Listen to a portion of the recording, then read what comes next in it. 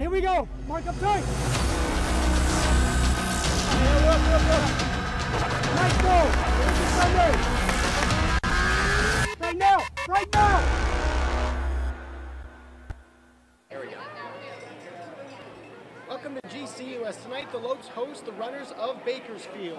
A big night as not only the wax season begins tonight, but it's Run to Fight Cancer Night. We will each be wearing these pins, as well as staff and coaches on both sides. But tonight, it's going to be a big game as the WAC is beginning. They want to get a good start out there. Well, all the different WAC teams in action over this last week, and the Lopes getting a rare road win against Incarnate Word, 1-0. Very good for them. Another big game in the WAC. The Air Force coming out 4-0 over Incarnate Word just yesterday.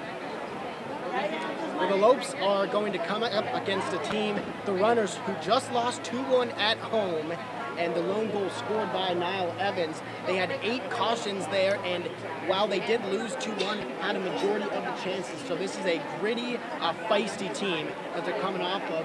And let's go to the Sanderson Ford 3 keys of the game for GCU. Yeah, absolutely. Our Sanderson Ford 3 keys of the game. First of all, they need to weather the storm. The Roadrunners are very good. They hold a lot of possession. They get a lot of opportunities. The Lopes need to play very strong defense. Second, they need to stay out of foul trouble. Of course, the Roadrunners, with those 5 cautions during their last match, the Lopes need to play better than that. They can't get brought into that game. And third, the Lopes are hosting Run to Fight Cancer Night. I'm sure every player is eager to get a good result here in front of this home crowd. A lot of heroes on the field. Who will be the ultimate hero tonight? Find out right now.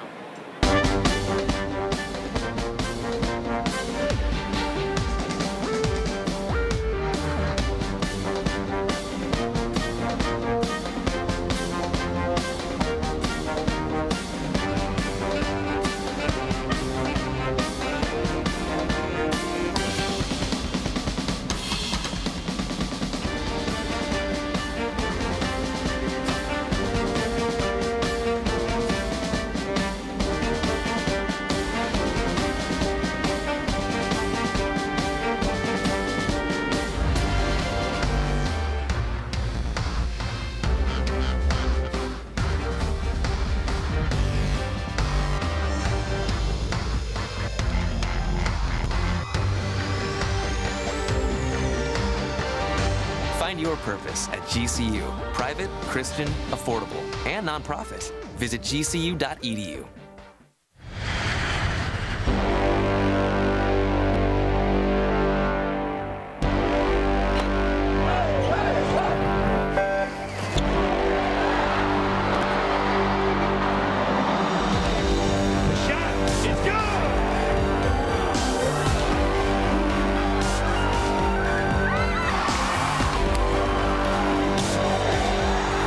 Thunder in the heart of Phoenix. GCULopes.com. Good evening and welcome in to GCU Stadium for some WAC soccer. Next to Luke Larkin, I am Alex Larson, and today the Lopes looking to get the WAC season underway against the Runners, who are just coming off a 2-1 loss at their own place. Well, the Lopes always very successful here at home. It'll be exciting to see as they do play these Roadrunners, who are eager to get a win. Of course, having difficulty at home just the other day against San Jose State. So the Lopes 1-0 during WAC play. The Roadrunners still looking for that first win. Yeah, and for the Lopes, also a lot to play for. Run to Fight Cancer Night, obviously just to be in front of the kids and wear the pins for them. You want to get the job done. But let's check starting lineups for each team. First for Bakersfield. Kendall Burks, Jeremy Sharon, Sam Gomez, Tom Shepard, Nicholas Korber, Jacob Latorre, Sebastian Mentel, Niall Owens, who, like we talked about, had the 1 goal in their game against, in their 2-1 loss to San Jose State, and Stephon Marcano and Ryan Goldsmith. GCU coming in at 4-4. Their lineup is as follows: Alex Radia, Josh Drack, Marco Afonso, Alex Ramirez, Bert Wilson, Austin Day, Marios Andreas, Brandon Johnson, Calvin Kissy, the young star, and Sam Gardner. What are you looking for today? Well, I think we're going to see the Lopes playing very aggressively. I think that we're going to see a lot of aggressive soccer. Of course, the Roadrunners with multiple cautions in that first match. We're going to have to see the Lopes play very disciplined in order to not fall into that. Yeah, and speaking of discipline, something the Runners did not have last game, 8 cautions. Let's take it down to the field for starting lineups. Ladies and gentlemen, at this time we ask that you continue to rise. Gentlemen, please remove your caps as we begin this evening's competition with a word of prayer. Tonight's prayer is led by GCU's very own Spiritual Life Campus Ministry Coordinator and former GCU cheerleader, Brenna DeYoung. Let's pray. Heavenly Father, thank you so much for this day. Thank you for everything that you've done for us. Lord, I thank you for both of these teams that are here tonight. I just pray for safety for both of them, that there would be good sportsmanship at this game, and that everything we do would be honoring and glorifying to you. We love you so much, and I pray, amen. Thank you, Brenna. Ladies and gentlemen, please remain standing as we now honor America with a singing of the national anthem. The Star-Spangled Banner will be performed this evening by Lord Childs, a member of the Phoenix Conservatory of Music. Oh, say, can you see by the dawn's early light what so proudly we hailed at the twilight's last gleaming, whose broad stripes and broad stars through the perilous fight and the ramparts we watched were so gallantly streaming, and the rockets red glare, the bombs bursting in a cave proof through the night, that our flag was still there. Oh, say does that Star-Spangled Banner yet wave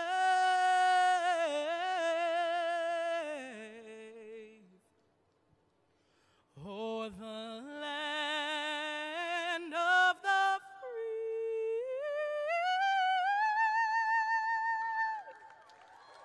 and the home of the brave. Thank you, Lord Childs. Ready for soccer here in Phoenix. And real quickly, Luke, I think a big stat to notice is that while the Runners still have one game ahead of the Lopes as far as how many games they've played, the Runners have 13 goals while GCU only has 6. Well, the Runners are a very strong possession team. They do get a lot of the quality chances and a lot of set plays deep in the area. They outshoot most of their opponents. Of course, the match that we were talking about earlier to start WAC play for the Runners, losing 1-0, or I'm sorry, 2-1, they did outshoot their opponent, and they had more corner kicks than their opponent. So this team certainly isn't happy with the results they've had so far. They think they're a better team than what shows up on the stat line. Of course, this is only their second game of the WAC season. Well, that's right, and for GCU, it's #1, and it is a big one. You want to start in the WAC hot. You want to kind of set a precedent for yourself as well as the other teams, because if you start to skid in WAC play, you really hurt yourself. Well, they did a really great job opening the season on the road. Of course, that's been a difficult point for them so far. They beat Incarnate Word 1-0. Now they're coming here to home where historically they've been very good. Of course, their last match here, they did drop to Akron. Akron, of course, being a very elite squad. So we'll see the Lopes coming out with quite a bit of fire, quite a bit of excitement. They're not happy that they dropped one here at home, and I think we're going to see that here tonight. Well, for the Lopes, a run back over the lineup: Radia, Drac, Afonso, Ramirez, Wilson, Day, Andreas, Johnson, Kissy, and Gardner. And for the runners, Burks, Sharon, Gomez, Shepard, Korber, Latorre, Mentel, Owens, Marcano, and Goldsmith. In net is Sarmiento. Rodrigo Sarmiento, who comes in with 5 saves and 2 goals against. He's very strong for them. Of course, the Lopes have their own strong gentleman in the net, George Tassaris. 7 starts, only 6 goals allowed, giving him about a .88 goals against, 32 saves for him, about 84.2% saves. So a very strong player. Of course, he received the WAC Defensive Player of the Week last week, and rightfully so. Well, expect a lot of shots in this game, average of 11.5 for the runners. For GCU, about 12.4 shots a game. So they like to let them fly. But the big thing, and we talked about it in the pregame show, was the control of each team. 23 yellow cards for the runners, only 7 for GCU. Yeah, the runners are a much more aggressive team. They are going to get into a bit of foul trouble, or at least historically they've gotten into a bit more foul trouble. The Lopes need to be very disciplined this match. We know that against Akron they had that red card. That was a difficult one to take. But the Lopes need to rise above that. They need to play well here, and they need to take care of soccer on both ends of the pitch. Well, 110 fouls for the opponent so far here against GCU, and 45 corner kicks for the Lopes. So I have a feeling set pieces might be a big deal in this game, and who gets the edge early. Well, Alex Ramirez, of course, with that huge left leg, he's able to get something on net from just about any distance. He can take it himself, very Cristiano Ronaldo style, or he can pass it across and get a good chance in that. Well, we are underway. GCU in the all-purple, Bakersfield in the all-white, and we'll see how this game goes. Drac pushed early, and there's the aggression you see early here already on the near side. It'll be interesting to see how the officials do dictate this first couple minutes. Typically, players will take some liberties early on, push the envelope, find out where the referees are at, and then they'll adjust a little bit after that 5th or 10th minute. Now let's see if that comes to fruition. The referees sending a message to either team early.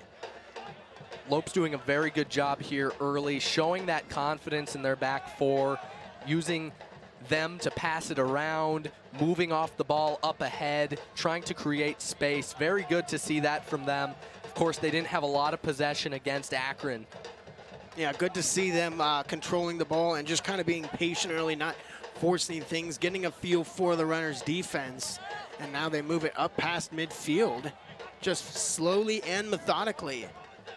And both teams are playing similar formations, 4-4-2s, very traditional.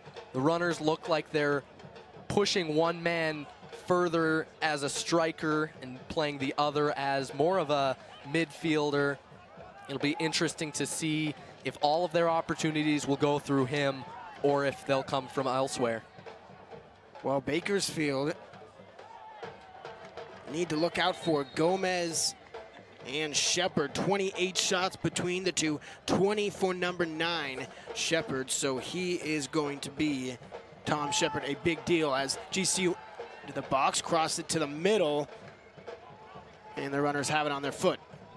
Well defended there. Just didn't get quite the contact on the ball that he was hoping to. Good work by GCU, though, to keep that from developing into a counterattack. Runners already trying to make a run. They've sent several through balls, but the defense for GCU too quick.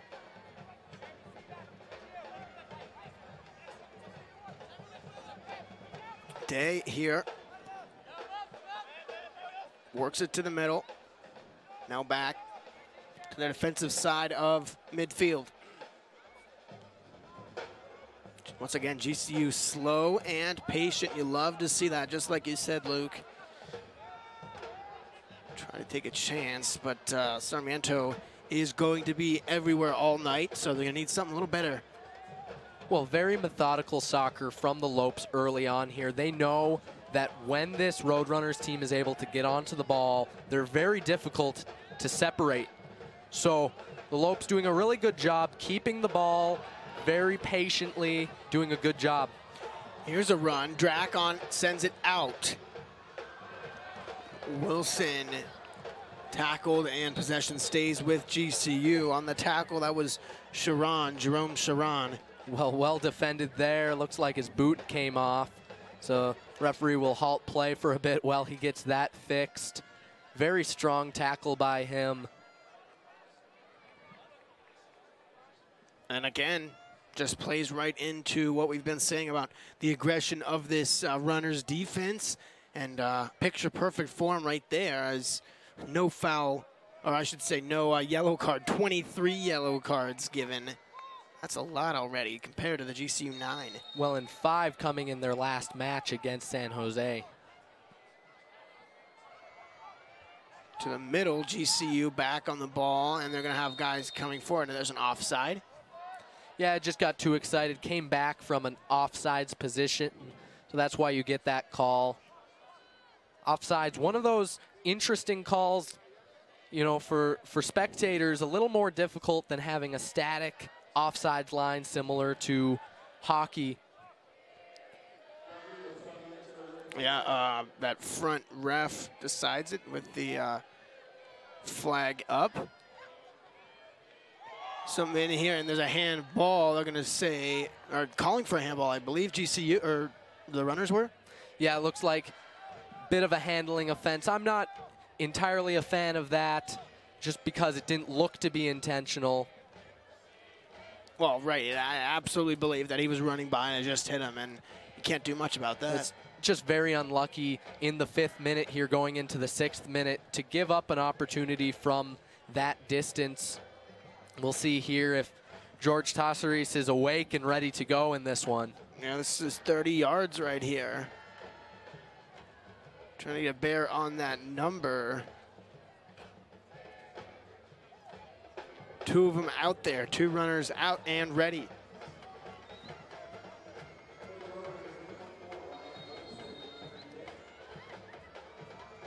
Just passes it off. There's the shot, bends it in, headed out by GCU.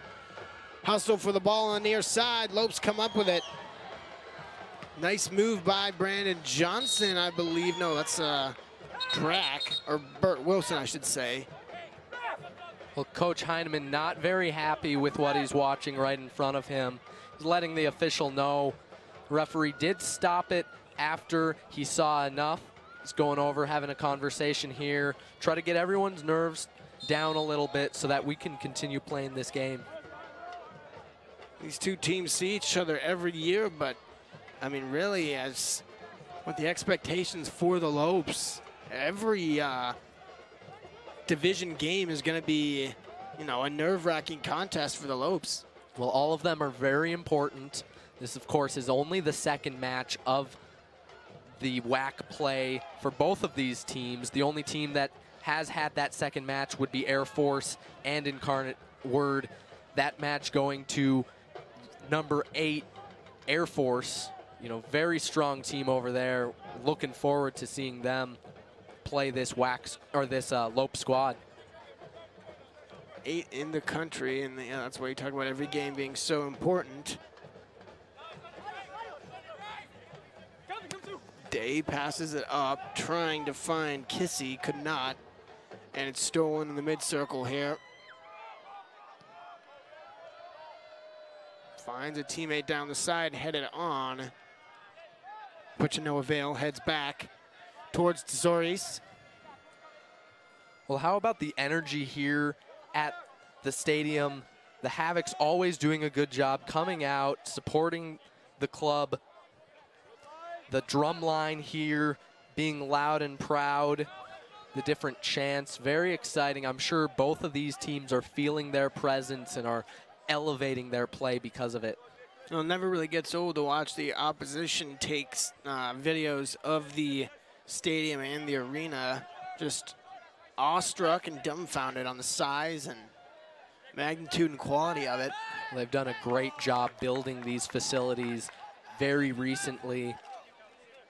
Very large and tailored perfectly for their sports. Throw in here for Mentel. Sebastian Mentel looking for a teammate. Nice marking done there by Gardner, and he will chase a man into the corner. Well, a touch unlucky there. He was trying to head that out over the touchline just for a throw-in. Unfortunately, got a little more of it than he hoped to, so it runs out over the goal line for a corner kick. Corner kick for Sam Gomez. Sam Gomez, one of those guys who gets these shots off, but he will not be getting it off here. Well, the referee's going to stop the proceedings here and have a conversation with everyone in the area as they are bunched up against George Tasseris. It's definitely going to be a scrum here. Both hands up. Into the box. Nothing on the backside. Didn't even find a head either way. And now in the other corner off the foot of a runner going to the Lopes. Well, it's going to be interesting to watch. It was the first corner kick of the night. I think we're going to see a lot more of those during this match. Runners steal it there. Nice job clearing it out. GCU, not sure who that was. Austin Day, nice job clearing that one out and anticipating that ball. Now GCU's got another run, but that one to no avail. I believe it was going for Drac.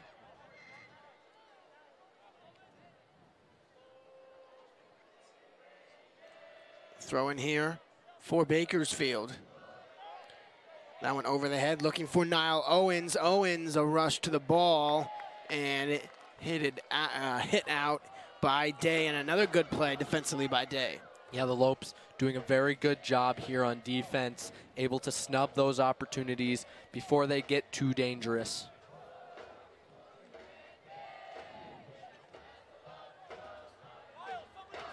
We go with a throw in here in the far corner, just in front of the end line. Look for some distance on this one. That one is into the box, high and deep. Soares high points it and gets it for the Lopes, and now they're going to try and have him up and running. Drac all the way across, looking for Kissy, no avail. And the runner's back in possession.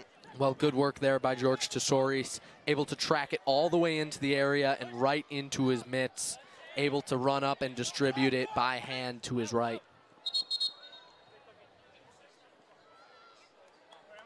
Well, a bit of a late call there by the official.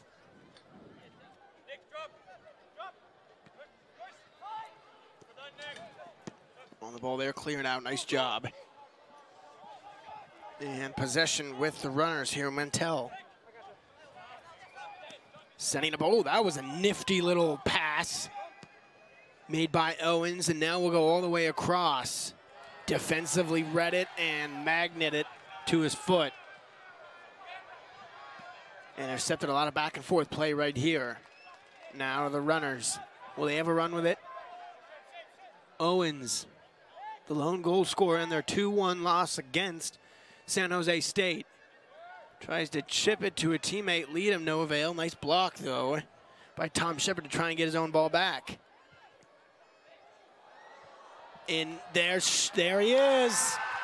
Shepard was on it once, and there he gets it again, no doubt. Well, a very good run there. He's very patient, able to break through that back four. Well, he is the man with 20 shots for the runners, and he is the leader. He just knows when and where to find the ball. Yeah, no opportunity there for George Tesouris. Oh. Unfortunately, as he dove to his right. There's a replay right here. Oh, yeah, I mean, he was 2 yards out. Yeah, just a very strong job by him, able to time that run well. Good vision to get the ball to him. We'll see if the Lopes can find the equalizer. Well, and I'll tell you what, that really sets the tone for the game, and GCU is going to want to definitely at least try and get a goal before this first half is over. But well, we saw it against Akron. Akron was able to come out early and get a goal. That took a lot of energy out of this side. It took a lot of energy out of this stadium. So we'll see if the Lopes can respond this time to this Roadrunners squad. And you definitely can't let this goal at this point take you out of the game. There's too much left to be played. Still a lot of time to find that equalizer here, but we'll see how they respond. Burt Wilson, a run there, looking for Kissy, nothing doing. Played off the ball by Mendel.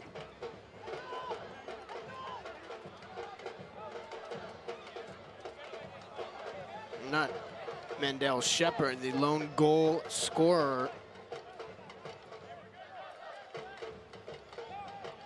Nicholas Kerber, the assist.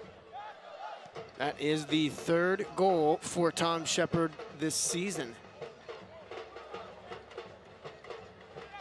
Austin Day on the near side looking to bring it up for GCU and make something come about. Well, the Havocs doing their part, trying to get some energy back into this squad. Nice end-to-end pass here. Drac on the ball. Back to Andreus, and they will get it back to their defensive part of midfield. Patience again for the Lopes. Far side immediately covered by 3 runners. Well, it's good to see them continuing their game plan. They're not changing everything up just because they made a mistake and gave up that early goal. They're still playing very defensively. They're still playing very slowly and very methodically. Awesome. Can always happen with Kissy here. Comes out of it on the touchline. That one out on the Lopes. Yeah, it looks like Kissy just had a bit too heavy of a touch. Kicks it out over that touchline.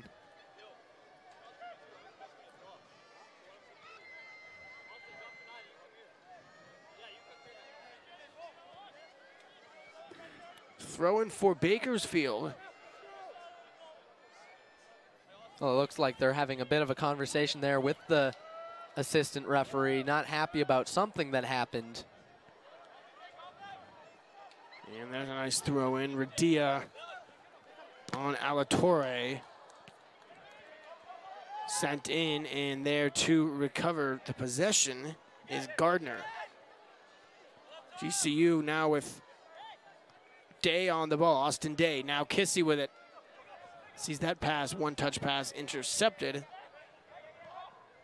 Latorre finds his man in Kerber. Kerber, the assist. Looking to make something happen again, but too far into the arms of George Tesouris. Well, against Akron, you could have said that George Tesouris was sleeping, but tonight, can't blame that first goal on him. He has been very good. He's tracking the ball very well. Just wasn't able to get across fast enough. That is much more credit to the striker than to George Tesouris. Yeah. Driving in now, Drac working to the right on his Defender sees that ball blocked out of bounds, and now for a corner here, it's going to come from Josh Drack. Well, Josh Drack has that huge left foot. He's able to locate the ball very well. He's able to move it right to left. Should be fun to see. Looks like the Lopes will set up on the outside of the area and run in on this one. Can they time it right? There it comes, hit it out by a runner's defenseman. And now Afonso will run back to get that one. Soris way back in his own territory.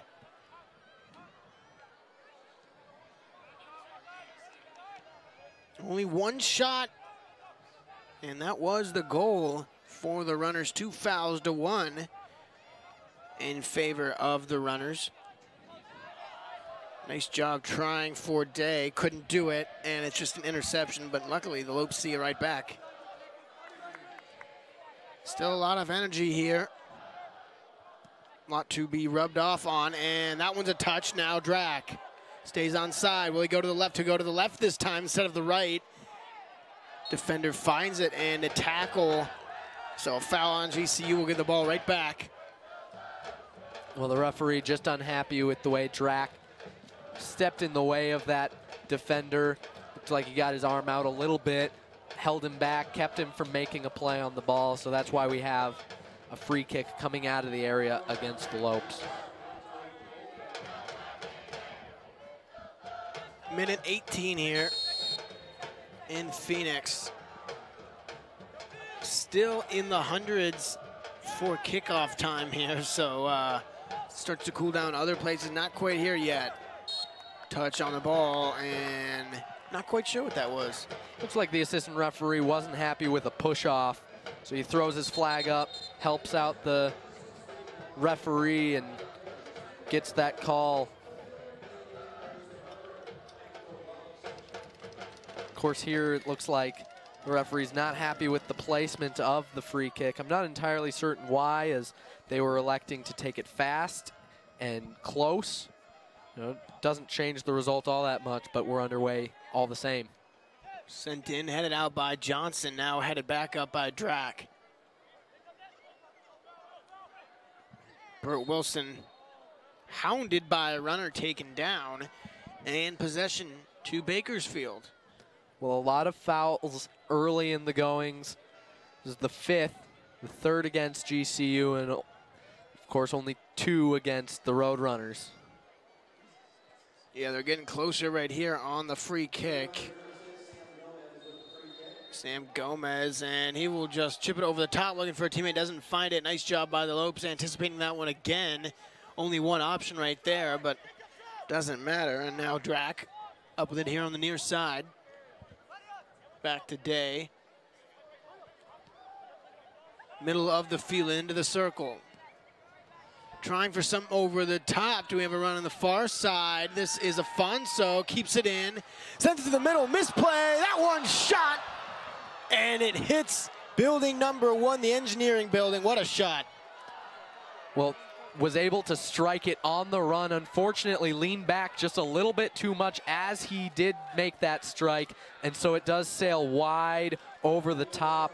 The crowd there behind the net, letting the Roadrunners know that they got by just barely. That's right, on the miscue, tried to clear it out off Afonso's corner that was heading towards the end line.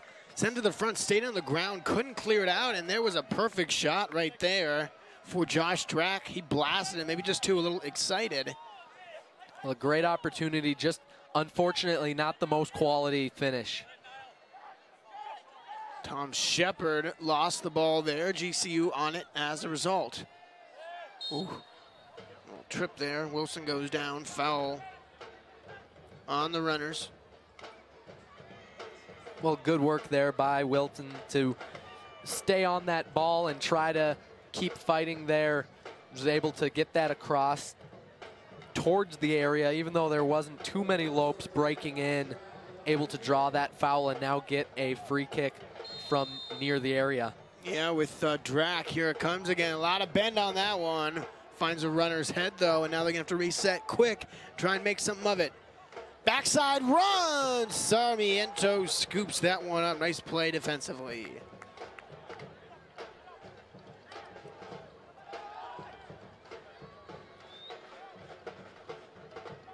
Runners look to make something happen. It's been GCU's game lately, if you could say that. I mean, several shots, several threatening attempts, but nothing so to speak of quite yet on that equalizing goal. Josh Drack with the ball again, running it into the corner, working one-on-one versus his defender. Topside help comes, sees the ball blocked, and now a slide. Johnson's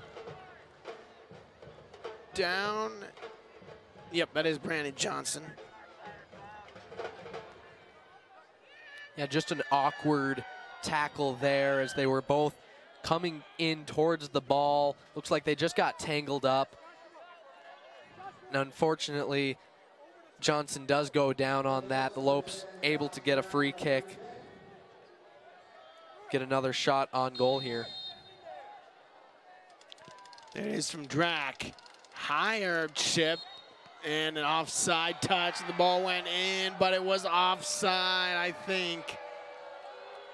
And the boos rained down after Kissy saw that one finish in the back of the net. Very unlucky there for the Lopes.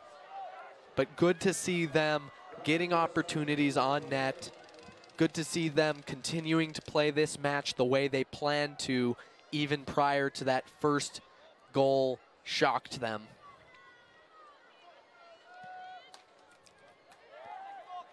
That one sent on to GCU's half. Kissy can always make something happen, but not legally there at least, even though he did still score. Far side throwing right in front of the platform. Runs in on it. Radia works on the ball. There's far side.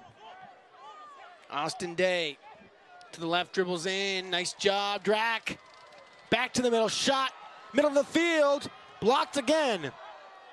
Right inside the box, and it was cleared out by the runners. They had several whacks at it, couldn't get it.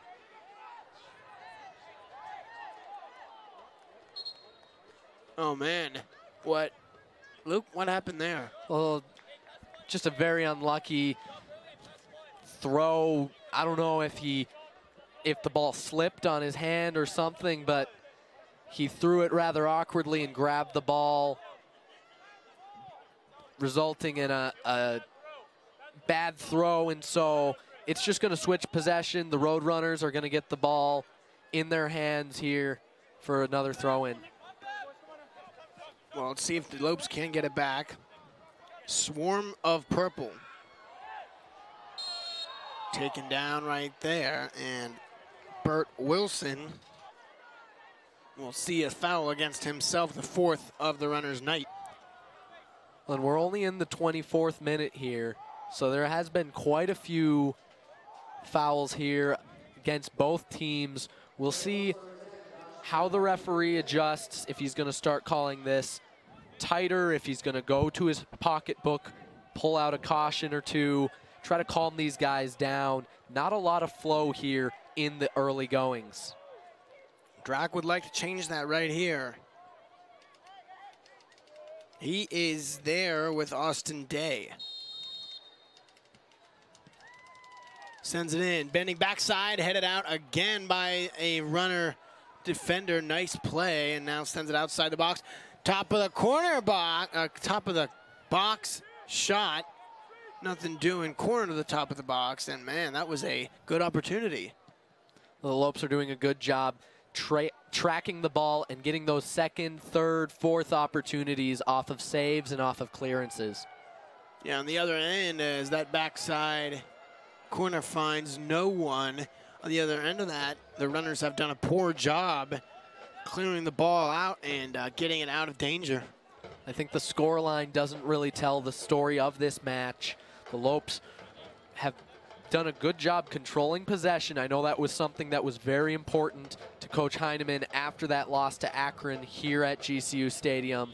It's been good to see them play slowly, play methodically, and play very strong soccer on both ends of the pitch.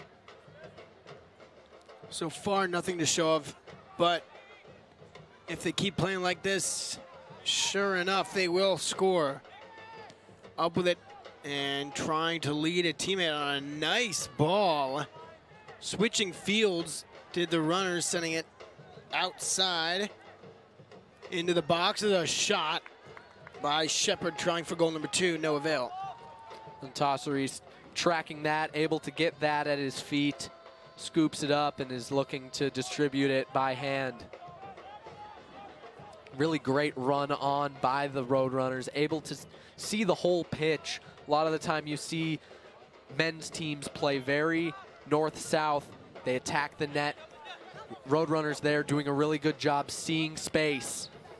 Here's a run right here for Kissy. Nice job clearing that one out by Sam Gomez in the tight corner.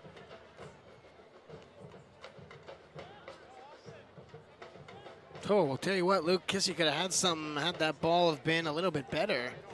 But a nice defensive play. And just a little unlucky for Kissy. Behind him, just a touch. Would have been very deep in the corner had he been able to get to it. But good job by the Lopes, able to get a throw in here. A far throw and headed out. I think that's Gomez again. Staying in possession of it. Johnson tries to send that one in, blocked, and it'll be a throw in once again for the Lopes. You see the Shark down there right behind the Sarmiento. It's been swimming all night long. That one's tossed in, reaches it and squeezes it. Well, the Havoc's always doing a good job coming out, letting opposing goalies know that they're there, and they're just waiting for them to make a mistake.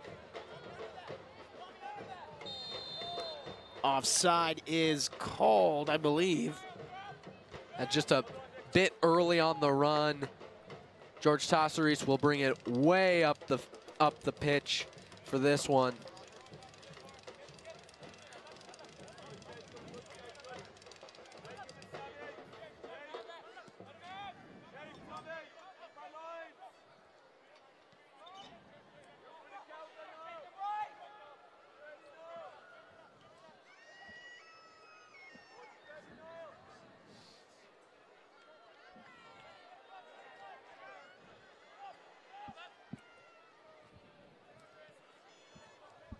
And this one tracking back.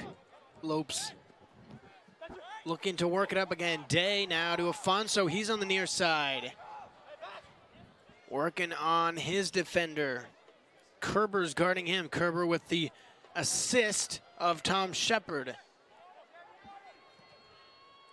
Far side, Kissy, can he get up? No, not quite. Oh man, he was the first one to reach that ball in the air, but it just flew over the net. Well, just a little bit too heavy. Of course, Calvin Kissy working very hard on headers ever since that game against Wisconsin. He was the hero in that match, but wasn't very happy with some of his effort, one of which being a header. So he's put in those extra practices, those extra hours with Coach Heineman, trying to work on those headers and trying to finish on those stronger. This one sent out to the GCU side of the field. Now scrum in the middle of the field. Nice job by Andreas to get that one back. Foul, so a stoppage here. That's 6 for the Roadrunners, 4 for GCU. Well, the Lopes have done a really good job here in the center of the field. Quite a bit of back and forth soccer. Not too much boot ball, fortunately. Afonso into the box! No, not quite. And Sarmiento diving out to gain possession of that one. They're doing a really good job with vision, able to see guys across the pitch, able to locate those balls very well. Now all we need to see is the Lopes finish off some of these quality chances.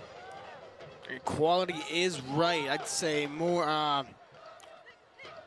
well, Tom Shepard's finish was probably as good as it gets, but they've had some quality chances, maybe more so than the Runners.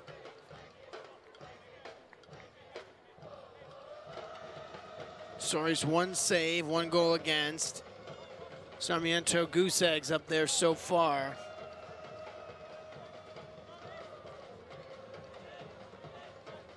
Well, it was Tom Shepard with the goal for the Roadrunners, but how about Francisco Gomez? 3 goals, 1 assist on only 4 shots on goal this season. It's a very powerful weapon for this Roadrunner side, especially when he can get those shots to hit the frame. Yeah, and that just shows that Shepard with 20 shots, you know, he's never liked a shot, or never seen a shot he doesn't like, but the opposite of that is only shooting when you know you have a chance to make something happen. Sub coming on.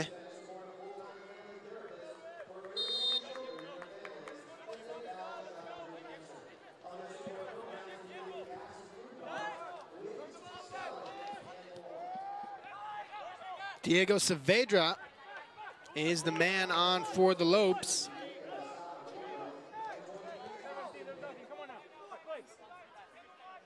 Saavedra 1 shot.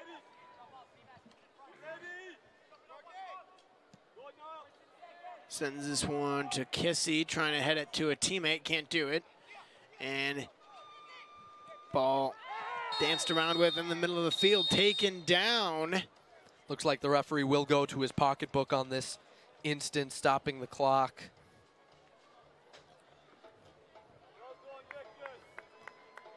There's a yellow. Now the caution does come out. Of course, this match has had quite a few fouls so far.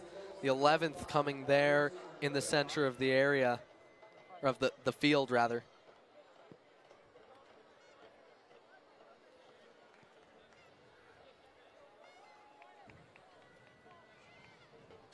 So mark it down, Marios Andreos, a yellow card.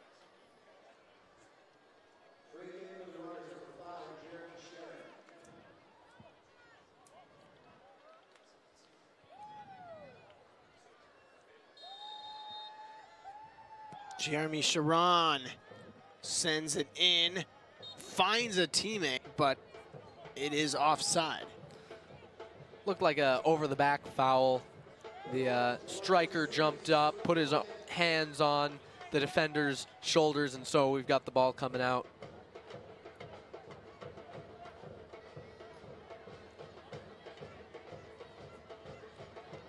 Was a foul indeed. And that one way too far. That one might go end line to end line, and it does. Well, how about the way Rodrigo Sarmiento has played so far for this side in the Roadrunners? He hasn't seen a lot of soccer with only the 2 starts, the 3rd coming today. 4 goals against, 6 saves. A strong player for them. Of course, he wasn't their first choice in the net. Dietrich Bell played the 7 games prior to that. Not entirely certain why he left or wasn't chosen again, though his stat line certainly not as good as Rodrigo Sarmiento. Oh yeah, 17 goals allowed, I believe, for the Runners in their first couple games. That is a lot of goals. Well, and the Lopes currently on a 1-win streak with that win over the Incarnate Word. Yeah, thank you, Incarnate Word. And the Roadrunners with 6 losses, so they're looking to end that streak here today. Oh, they have not had a lot of success earlier, and conversely, the Lopes looking to string something together to maybe put themselves in a good position to be comfortable later on in the WAC season.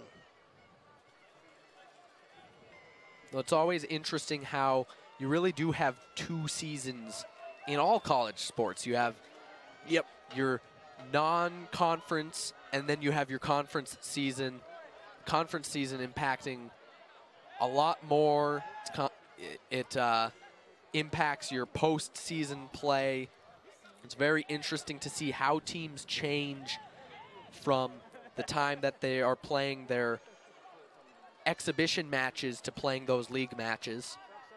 Oh, absolutely, and it's always said when you have two division or conference teams playing, throw out any preconceived notions or history between those two teams. You know, it's going to be neck and neck, and you can see that with any sport in the NFL, and you can see that in baseball. This series that the teams see each other the most, that's when those games are the best. And that really is the beauty of these conference games, is that you do really see just about anything. Anything can happen. Makes for very exciting sports.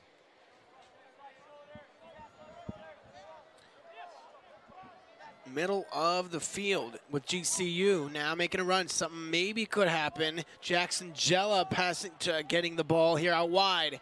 Dribbling in, going towards the end line, pushed out. And nothing more than a goal kick. Well, a good opportunity there by the Lopes. Unfortunately, it runs out for that goal kick. It's good to see them continue to get those opportunities deep in the area.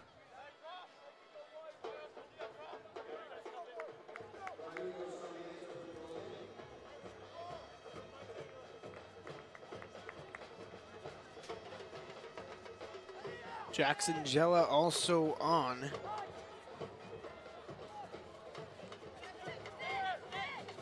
Saavedra and Jella, the two new ones. Unlucky there as the ball is just behind. Unable to continue that on towards the net. GCU starting to slow things down a little bit. Here's a run for Kissy. And that one runs too far for a goal kick.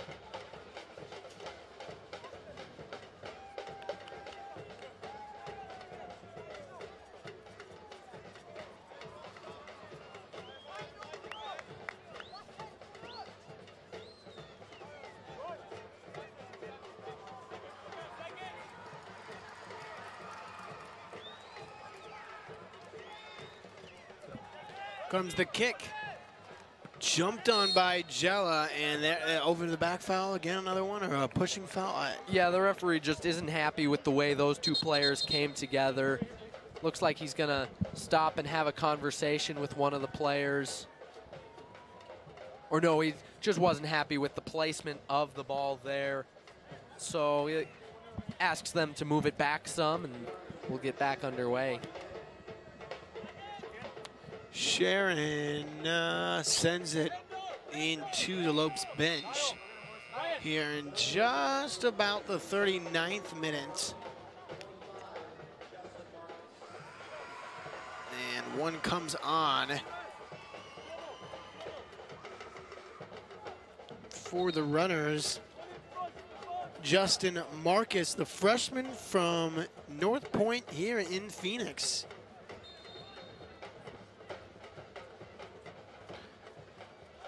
Long throw in, headed out there by Afonso. Nice job to get that one out. Pinballing around. Take him. Take him.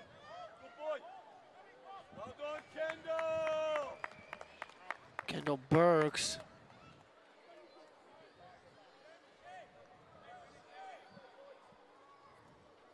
In a corner as each team takes their position here. Oh, nope. Thank goodness. Well, good defense there by the Lopes, able to get that out over the touchline for just a throw-in. There it is, up. And nice job of a GCU player to get ahead on it. Now again, now could we go defense to offense? They cannot keep the ball up enough, and almost went from a fast break one way to the other way, but not quite. Tackle there and a foul. It looks like there is a road runner down on the ground up in the area. George Tosseris helping him to his feet, and he'll get going again. Not entirely certain if this was just an injury stoppage. It looks like it is, so the referee will drop the ball here, and we'll be back underway. The referee just checking in on the safety of that player, Nicholas Korber. So just making sure that he's all right. The Lopes will do the honorable thing and play it back to the Roadrunners netminder.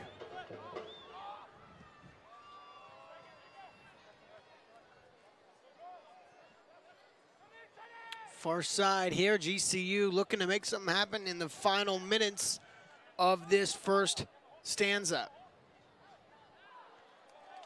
Off a GCU lope and out, so nothing doing here for GCU so far. And the last kind of 10 minutes have been empty for either team. Send it to the far side here. Runners working on it. Chipped it in, now that one right to Jella. Let's see what he can do working up. Jella here on the near side. Taking a nice run and a bottom down defender. That's a big hit. A shoulder into Jella. Very well timed there. Was able to get in and get the ball. Soccer being a contact sport, as long as that contact's made shoulder to shoulder, very good job there by the defender.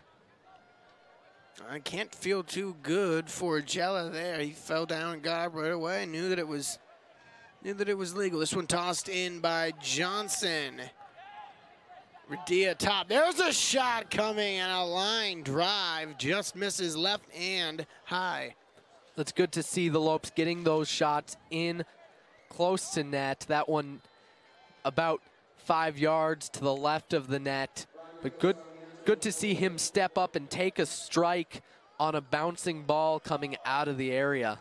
It's not a very easy strike to make. He's able to time it well, just off target. Minute number 42. And the Lopes still trail by 1. 4 shots for GCU, 2 for the Runners. Nice defensive play by Johnson to stop that one. And a throw in here for Bakersfield.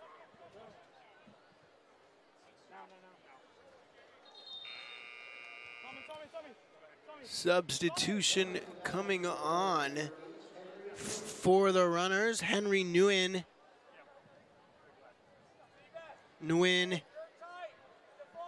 A sophomore midfielder from Finland.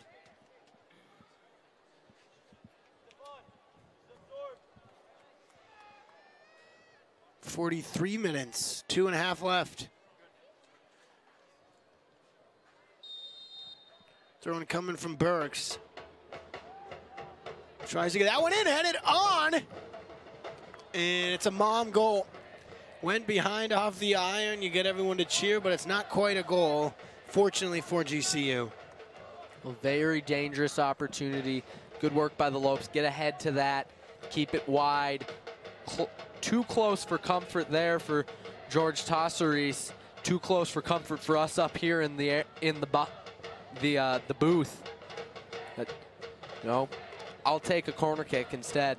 And now they got to shut this down. That was a line drive and no problem getting that one out. There's another clear by Ramirez and a good job. Can it go over top? Nothing doing. There is a push and a foul. This is going to be a yellow card for sure. He's running around following him. Well, and it's a smart caution to take the Lopes on the run through that center of the field. It's a tactical foul. He's able to stop play and stop a very impressive attack for the Lopes, a very promising attack. So smart play by the defender to step up and make that play. Of course, the Lopes would rather have the goal, but the Roadrunners would much rather have a caution instead of the Lopes scoring. Yeah, Stephon Marcano, got to be careful now. And here we're going to have a good one from Radia. It'll be from about 10 yards inside the midfield line. A lot of movement down at the top of the box for the GCU. Takes their time. This one very deep, way too deep. Sarmiento basically catches that one, falls on it. And they will look to seep down the final minutes of this first half. Cleared up in the air. Johnson Trying to make something happen is that Jella or Kissy. That's Kissy. He's down. Looks like hopefully literally just a maybe tweak in the knee. He's got to walk that off. He does, fortunately. Very tender on that left leg. He rolled around a little bit. We'll keep an eye on him for the next minute here of play. Here comes from about 20 yards inside the midfield line. And it's the opposite side this time. 44-20 reads the clock. 40 more seconds. There it is into the box. Far side, and finds the high point of a head of the runners, shot out and way high. So that might be the final possession for GCU in this first half, down 1-0. Well, I wouldn't say that it was a bad half for them. Of course, the scoreline, not what they were looking for. They've done a good job staying to their game plan throughout this, even with letting up that early goal. We'll see them head into the locker room during this halftime, have a lot of conversation about what went wrong and how they can adjust. It'll be fun to see them once they come back. Well, that's right. In run and gun first half, 1-0, and the lead to Bakersfield. That goal scored in about the 11th minute, and that is quick. Something GCU needs to try and prevent is going from starting hot to giving up early first goals. But what did you like? What did you dislike, Luke? Well, it's certainly not good that the Lopes have given up the 2 early goals against themselves here at home. Of course, the first one against Akron about a week ago, they were unable to answer from that. And then today, of course, that early goal. Hopefully we'll see them able to answer this one. They've done a very good job. They've played slow. They've played methodically. They haven't allowed the runners to get a lot of possession and to get a lot of opportunities. Of course, the scoreline would say they didn't need a lot of opportunities. That's right. We talked about the emphasis at the beginning of the game was trying to limit their opportunities, because even though they lost, they were still getting these shots. And Bakersfield, 2 shots compared to GCU's 5. And only 1 save for GCU, so both of those goals shot on goal, but of course Bakersfield the goal in the 12th minute to make it 1-0. Well, and of course both of those opportunities from Bakersfield on net. The Lopes still looking for their first shot on net. Well, let's head to break and be back with the halftime show after this commercial.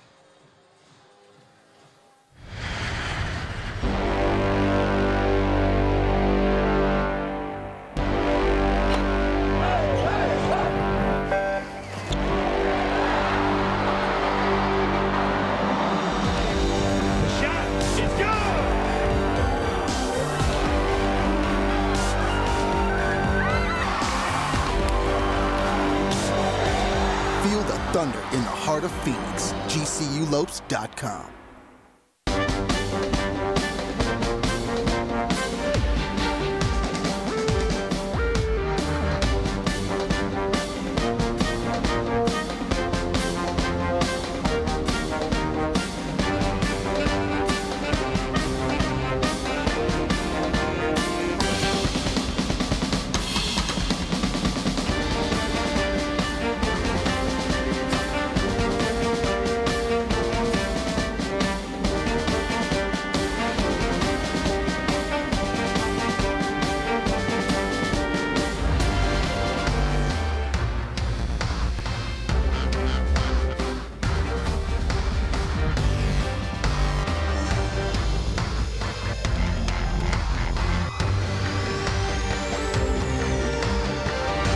Find your purpose at GCU. Private, Christian, affordable, and nonprofit. Visit gcu.edu. Our armed forces' heroism, courage, and bravery give greater meaning to what it is to be an American. Grand Canyon University honors you and pays tribute to you and your family. As a community, GCU celebrates your service, your sacrifice, and your commitment. God bless all the brave men and women who put our country first. We want to do the same for you. GCU puts you first with its flexible and convenient online degree programs. We salute you and thank you for your service. GCU down 1-0, and not really a terrible half for either team. Not a lot of chances, but let's take a look at what happened and which team got chances in the first half. Yeah, let's take a look at our GCU halftime highlights here. Well, of course, run to fight night here at GCU Stadium. The players embracing it and bringing out members of the community, bringing out the kids, both teams getting behind that. You see the man himself, George Tosseris, getting ready for the match there, and he was ready, able to bring that one into his mitts. This one, however, I'm sure he'd want to have back. A great run on, puts it to his left. How about that man, Josh Drack? Is able to get quite the opportunity here, just puts it up and over. And here, Calvin Kissey's goal disallowed. Another opportunity for Kissey, just heads it up and over. Lots of good set pieces for the Lopes, able to get chances on those second, third shots. Alex Radia with that one, just missing to the left, and the Havocs here. Always excited to be out here, always excited to support this squad.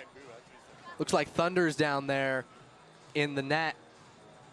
Yep, and well, you also know it's Run to Fight night. While we are honoring Children's Cancer Awareness Month, want to tell you about an amazing opportunity to be part of the Run to Fight Children's Cancer. Philip Katafimo is down on the field to tell you more.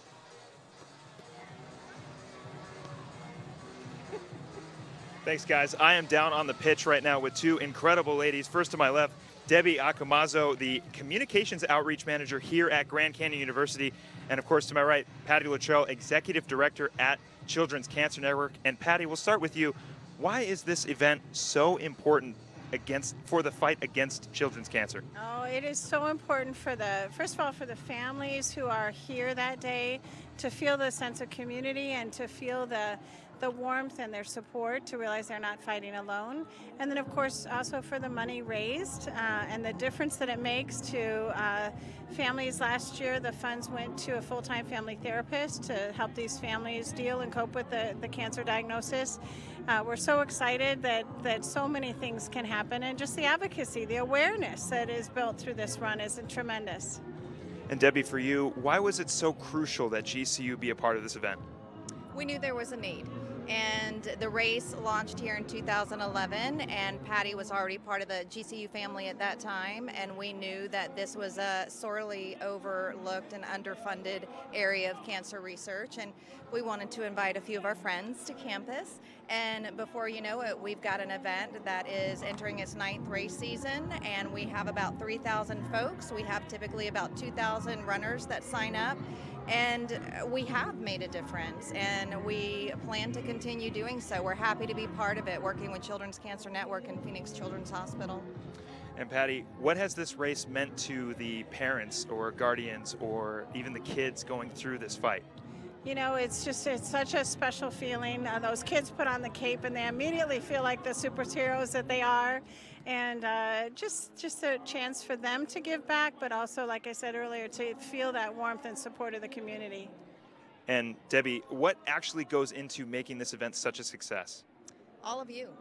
It really, it takes everyone. It is truly a community effort. Here at GCU, we have so many people on deck to ensure that it goes off without a hitch. From the launch of the race season here at men's soccer to celebrating at the men's basketball game to race day, and all of CCN's resources and PCH. And it really takes the community as well, helping us to get the word out. And momentum begins, and it's unstoppable. There's a lot of moving parts, but there's a lot of people that are here to help move the machine forward. Now, Patty, for you, what kind of impact have you seen What kind of impact has GCU made on this event in your eyes? Oh my goodness, they started it all, and they created a tremendous foundation that is just continuing to build and continuing to be our host sponsor, and it's just been wonderful.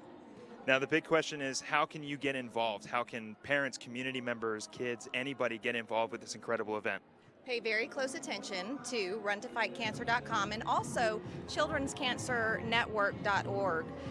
But runtofightcancer.com will give you all the information. And Patty, tell them a little bit about when registration opens. Registration will be opening very shortly, at least by October 15th, if not before. So we want everybody to come out, join us, whether it's to volunteer or to walk or run, or to create a team, or to fundraise, or just to hang out and have fun with us. We look forward to having you there. Well, I'll tell you what, I'm going to definitely go volunteer right now. Patty, Debbie, thank you very, very much for joining me here. The Run to Fight Children's Cancer enters its 9th year. For a full recap of what to expect this year, here's a look back at last year's event. Take a look.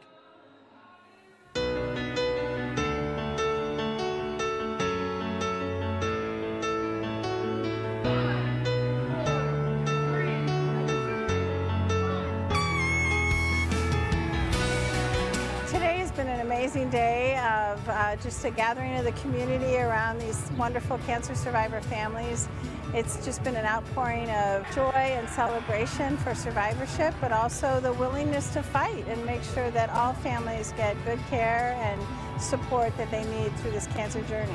It's a very exciting time for Children's Cancer Network. Grand Canyon University has laid such a tremendous foundation for this event that it's been an easy jump to empower the community to move it forward. We can't thank them enough, and it's the best part, it's the same 3 participants, the same 3 partners, Grand Canyon University, Children's Cancer Network, and Phoenix Children's Hospital, and it's just great to rotate the roles a little bit and just have a great day together. My experience with the race today was awesome. The weather was awesome, the event was great, everybody was upbeat, it was a great run. No, this run for me, my son had neuroblastoma cancer, so this run to me means a lot, just to run in his honor. So we ran it 2 years ago, wanted to come back, do it again, so definitely has a spot in my heart to run this race. We love this race. It's our 6th. Grace was the race starter in 2012, and it's just a wonderful opportunity to spread awareness and get the community involved. The race has grown tremendously. We were the 2nd race starters. Just to see it grow and to see how Children's Cancer Network has stepped in and taken over the race and made it what it is today. Grace was 6, she was newly diagnosed, so our experience back then was much different now. We're more advocates. I feel like the luckiest girl in the world. Just like having all my friends supporting me and taking away from like their time. They could be doing something else, but they came here today to support me and my family through this cause. We're very grateful for the support of the community, and so many families feel that. It's just wonderful to see it happen and to stand behind a cause that's so important to these children's future. So we thank them all.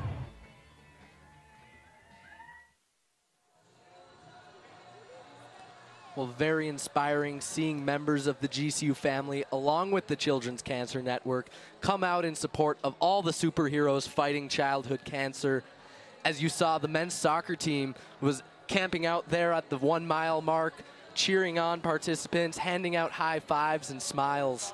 Well, you heard from Sue Kostick, and her daughter Grace was one of the first race starters. Let's join Philip Katofmo down on the field, who's standing by with multiple past race starters. Philip. Thanks, guys. I'm joined by Emma Kern, 2016 race starter, and her sister Abby, as they are giving me their perspective on this entire event. Lots of fun down here. Abby, we'll start with you as a race starter. I'm sorry, Emma, we'll start with you as a race starter. There we go. You look so similar.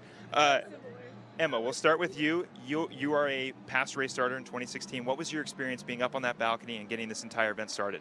Well, it was really exciting to blow the horn and everything and start the whole race, and it's definitely something that you cherish a lot for the event and stuff. Now, Abby, what about you? You got to see your sister up there. What were you feeling?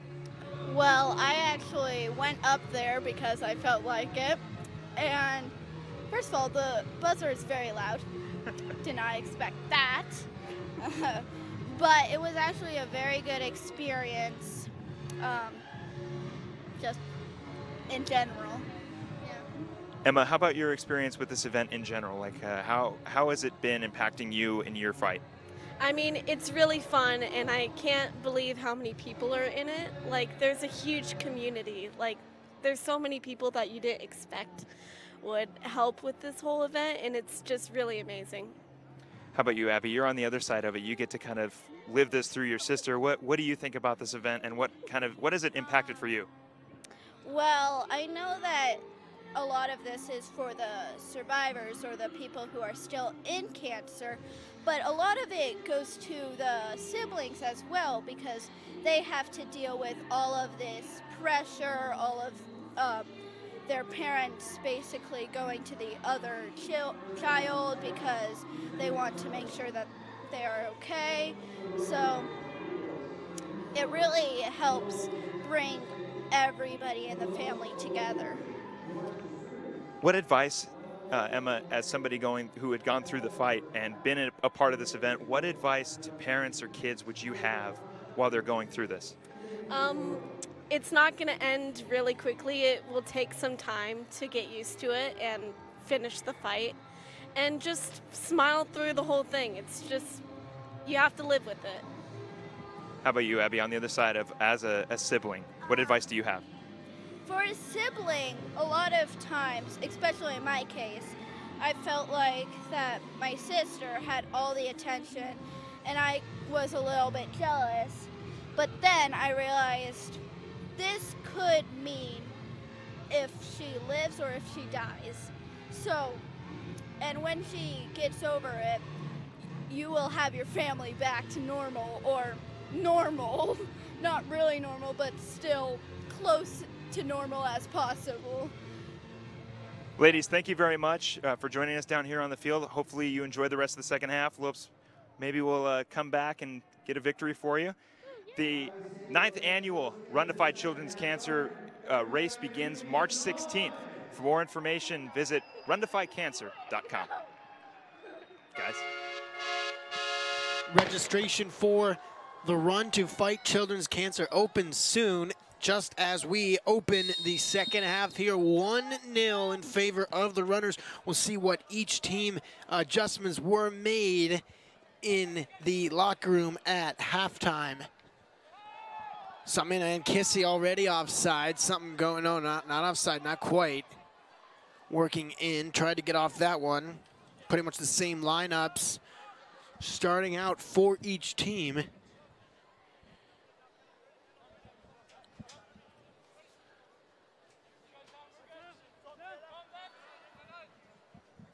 And here we go. Sam Gardner all the way across. This one is Jackson Jella, the Portland transfer. Portland sent that one in, high pointed, and a nice job. Sort of threatening effort, but not quite. Well, a good job by the Lopes, able to find space there on the far side, get a cross in and an opportunity there early in the goings of this second half. Goldsmith, whose name we haven't called a lot tonight, weaving in for the runners.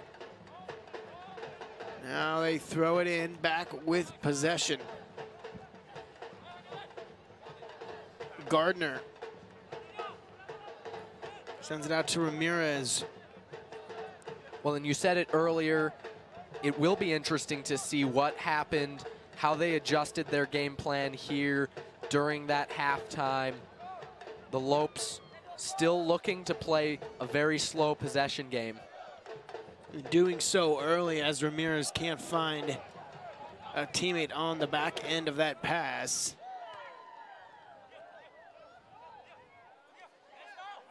Working on the ball, falling down to come after it is Radia. Wants a call, definitely is not going to get it.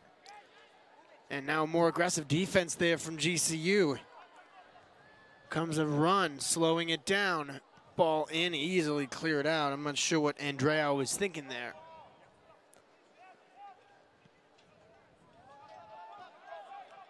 Set back and a run at it. Well, and both teams adjusting during the halftime. The officiating crew as well, they get into the locker room and they sit there and say, what did you see? Is there something I can adjust on? Can I call something tighter? Can I call something looser? How do you guys think I'm doing? So it'll be interesting to see. A lot of fouls in that first half. Only 2 yellow cards, 1 to either side. So we'll see how that changes here in this second half.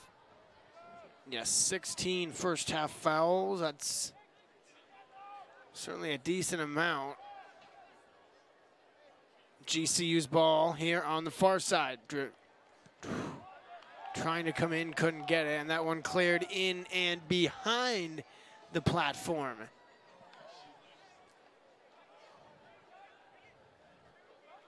Thrown in there, nice job on the one touch. Can he get in? No. Can't get the ball off the deflection off of Sarmiento. I believe that was Alex Radia. Well, and that's been money for the Lopes the last couple matches. Calvin Kissy burying one from the doorstep. Jaime Delore with a bicycle kick off of a flubbed clearance. So the Lopes historically have been able to capitalize on those mess ups. Yeah, well, we'll see if they can capitalize offensively. There's the pass, finds the man. That shot hooked too much to the left, had some English on it, just too high. Very nice by the Lopes, coming out here very aggressively and getting quite a few quality shots. Still looking, though, for that first one to be on frame. Still looking. 5 shots, none on goal for GCU. 1-0 is the goal line for the game. Bakersfield leads. Pass down. Because he couldn't do anything with that, and Sarmiento's gonna have to clear it off. Pushed off the ball. Nice job by Ramirez to play hard. Wanted a card. Should say a foul at least. And Dreau loses that ball. Runners back in the middle of the field. Defensively, very tight play for GCU. Now here they come, Ryan Goldsmith. Goldsmith will take that shot from 10 yards outside the box, and that one, see it deflected. Well defended there by the Lopes. Runs out over the goal line for a corner kick.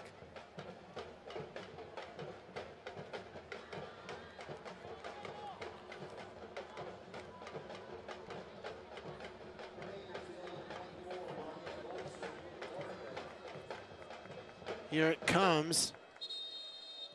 Corner kick and a whistle before, and it's caught in the box for a handball. No, I'm kidding. Play had stopped before that. Yeah, the referee isn't happy with some of the interactions he's seeing as the runners are bunching up around Tassari, so he just wants to slow everyone down and let them know that he's watching. Sent in again for a second time, headed right out by GCU. Good for runner's throw. A good defense there, able to clear it back out, force a throw-in instead of a corner kick that limits the opportunities and the placement of the ball.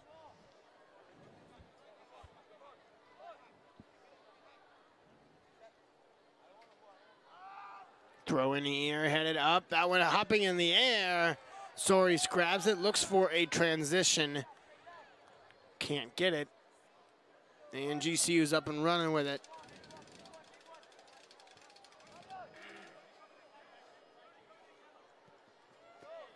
Radia, pass was intended for him. Now a run here. Much more speed by Niall Owens. We have a shot. No, nice job keeping that one together. There's a far shot. That one topped all the way as Latorre Didn't get anything on that one, the worm burner.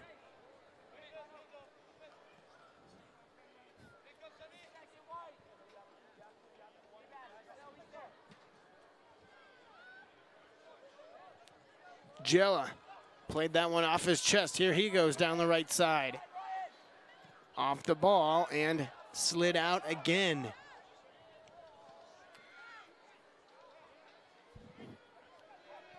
GCU all the way back to their keeper. That's interesting to watch as the Lopes are transitioning a little bit away from their traditional 4-4-2. They're allowing their defenders to come up and finish their runs deep down the field. It's good to see them feeling confident enough to get involved in the play like that. Down the wing. Jello tries to make a move inside. Sees that ball taken and played out on the end line.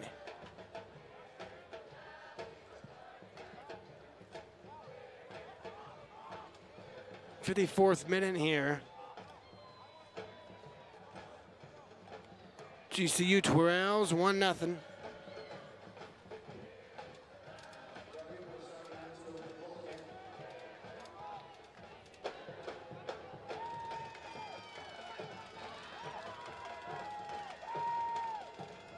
Soris gets it out to midfield where the Lopes will get possession.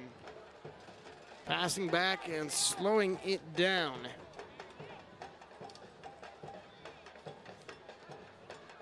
Oh, that ball almost had enough touch on it to get through. Didn't though, and now the runners have got something. Owens still on his feet. He's got a chance. If he can beat the defender, he's got speed inside. There's the pass, and a poor choice to pass it. GCU stepped in right there in the final hour and easily got it out. Well defended there by Alex Radia, able to make that run all the way back down the pitch and cut that one off. It's good to see the defenders take those passes and leave the shot up to the netminder, especially from an angle and distance like that one. Trying to find something in there for Kissy, can't do it. That was Austin Day, or I should say Sam Gardner, who attempted that. Radia gets it down to Jella. Nice pass right to him. Corner of the box, and that is a very poor pass. Stolen away. Well, he passed to space, unfortunately, just a little bit of miscommunication. Nobody steps forward to receive that pass, and so the Roadrunners able to get it back down the field. The Lopes are going to have to start over with their build-up.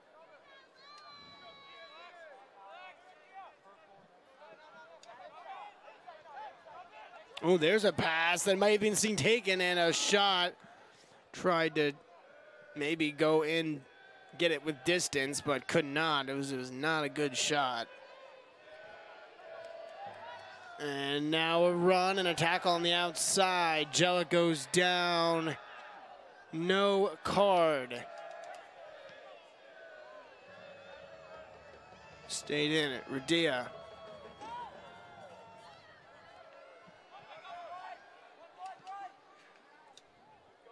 Coming in now, getting lower.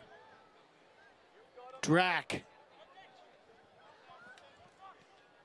Into the box! Not quite. Oh, were they just about to tie it up or what? Well, unfortunately, not a quality enough finish. In addition, it was offsides. Oh. Terribly unlucky for the Lopes, who are still looking for that equalizer here in the 57th minute.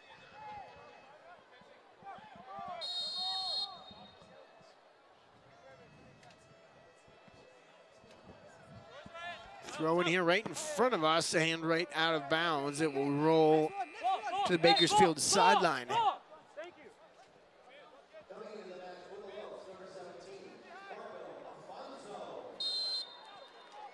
Marco Afonso checks back on.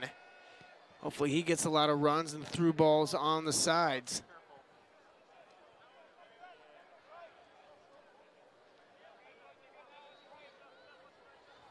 Working up with it. At midfield. Into the circle, Andre out. Ramirez. Afonso crosses over. Back to Ramirez. And now here's a run for Afonso. Not going to get there.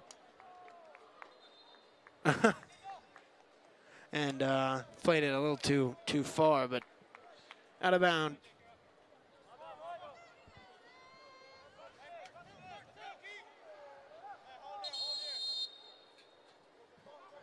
Well, it's possible we're going to see a caution here for time wasting. It looks like the official just giving a firm warning, and he'll run back up the field and we'll be back underway.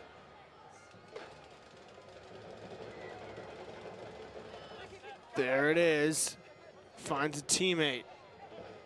Tries to pass it on, does Kissy, and this one put in. Put in the air. Now GCU with the ball.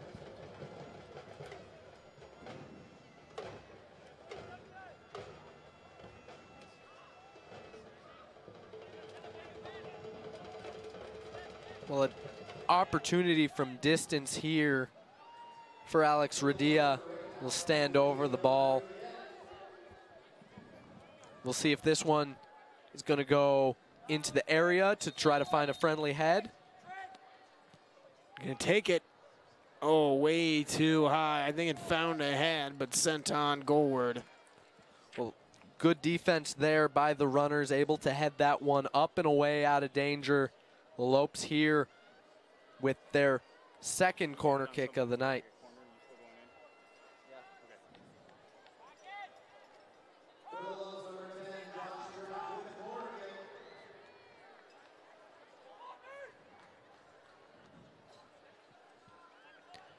Drac, corner ball, no. Trying to send it back towards the goal. Afonso wanted to settle for a shot, does not. Ramirez passes it down and out, looking for Jella. Looks like we'll get a substitution here for the runners.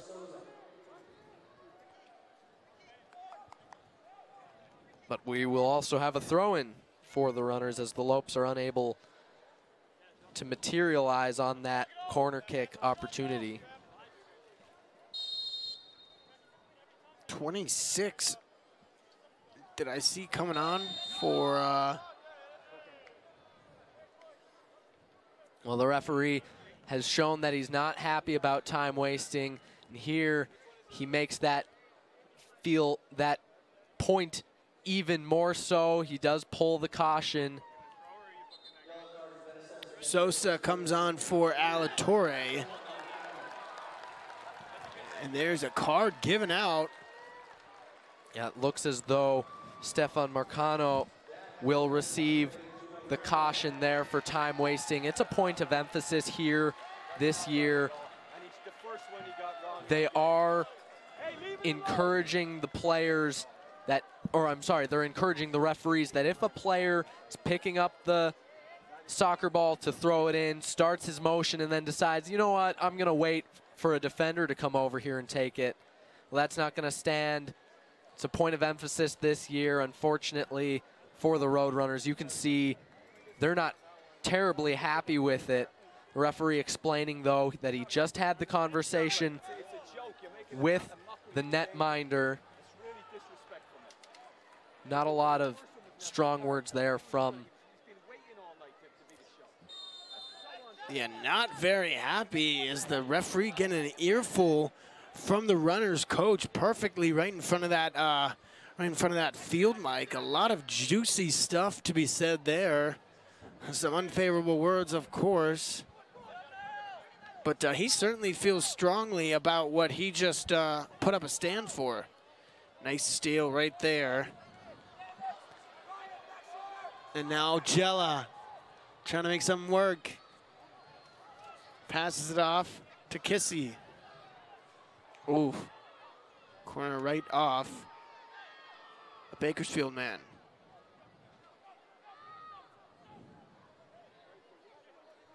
Johnson, wow, I can't get over it. He had some choice words there for the referee. He was not happy about that at all.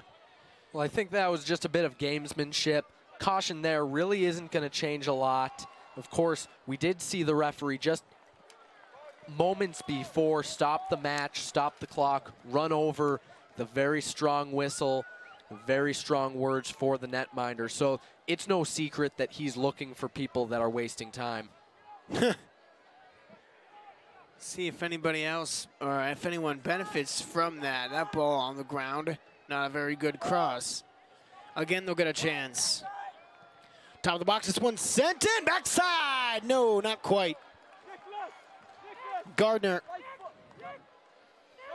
Just unable to find and connect there in front of the area on top of the goal area there. Radia's going to get a corner here, 62nd minute.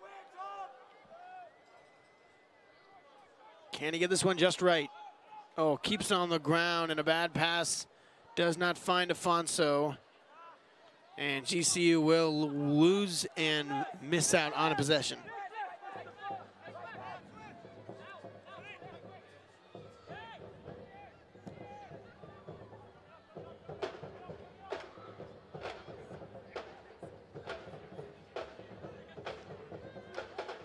Long run here. GCU looking to make something happen. Ramirez now tightly guarded. Bakersfield maybe switching up their marking a little bit. Jella. Corner of the box. Nice job coming in. And backside. Oh, Afonso couldn't finish. Yeah, it's out already. Well, It's out already. very good opportunity there. Assistant referee here getting another earful. Quite a decent bit of gamesmanship here in the 64th minute as the Lopes have really had the better opportunities this half. Absolutely, but they just haven't been able to put it home, and a couple more chances you feel like they might. Well, it only takes one. Jella, top of the box, now weaves into the box. Right, left, tries to make a bunch of moves. He loses it there. Cleared up by the runners. Well, with the Roadrunners being WAC divisional foes, you don't have to go very far back to see when they last played last year in Bakersfield. Unfortunately for the Lopes, they lost 3-2 in overtime. So this has been a difficult squad for the Lopes to play. Certainly have had their hands full. We knew that coming in. Back to get it is Austin Day.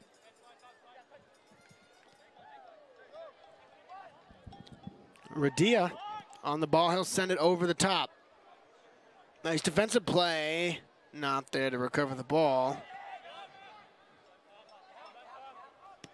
GCU stays with possession.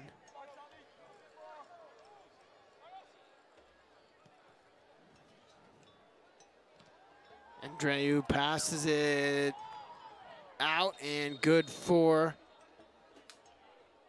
a GCU throw-in.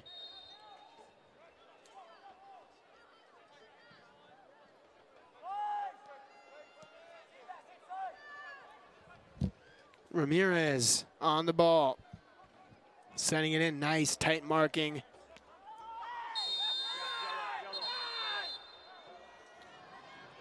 Taken down here, Ramirez is not going to be booked. Well, we knew these teams were going to be very aggressive. We knew this match was going to be very physical.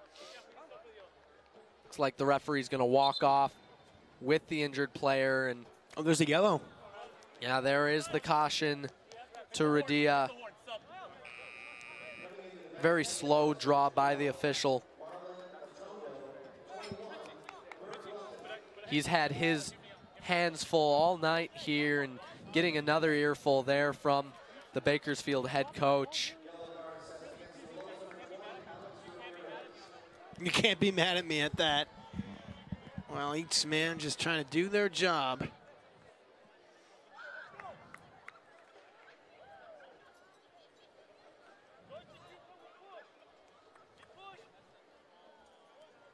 Well, the match last October between these two teams only had 3 cautions.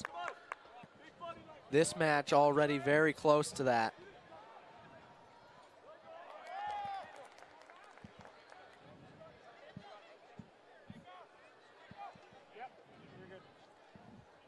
In fact, this match surpassing that already. Throwing here for Bakersfield. Kendall Burke. Burks up in the air. Nice job punching that one out by Tesori's. Well, when he's on his game, he is very fun to watch. Oh, there's one. Oh my, what a pass. Connecting. I'm not sure who that is. Is that Goldsmith? 24, I thought I saw no chance whatsoever once that ball came in. Well, a very good job there. We'll take another look at it. That one was put out wide and then right back into the area, able to find feet and just buried it to Tesori's right. Very similar to that first goal. This one might be a little bit out of reach now. Yeah, 2-0 here. That's certainly not what you want. Niall Owens on the assist. And it's 2-0 runners, and that's the play you want as far as the style of play and what you want as a coach. Maybe not necessarily winning all the statistical aspects, but winning the shot category and the goal category. That's all that really matters at the end of the day. Well, you can have all the moral victories you want, but if you aren't finishing strong, nobody's going to take you seriously. Yep, absolutely.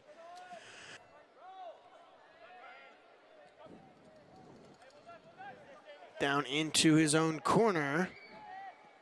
Trying to come off that ball.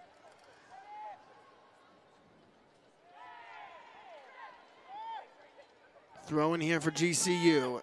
Afonso on the ball, taken in the corner, dribbling in again. Oh, there's a chance. Oh, looking for that far crossbar. Couldn't get the spin on it he wanted.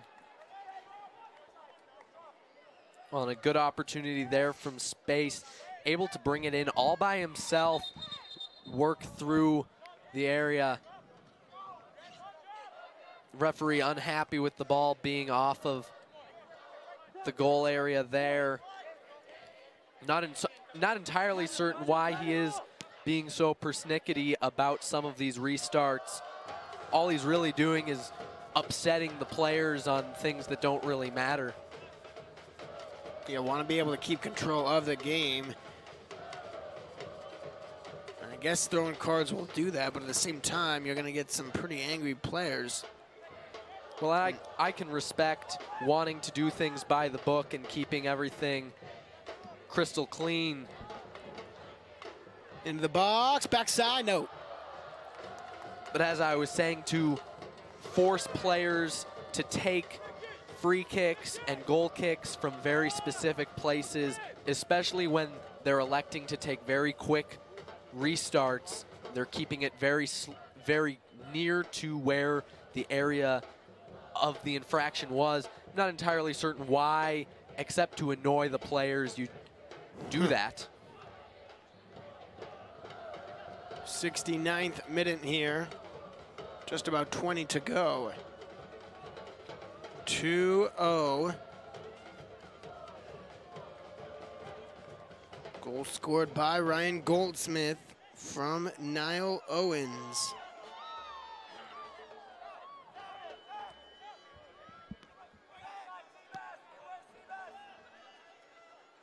Moving it around, GCU is. Far side now in Nothing doing, cleared out by the runners. Top of the box. Tackled off it, no call. And as you could hear, the crowd and the Lopes looking for that penalty kick there. Unfortunately, their appeals fall on deaf ears.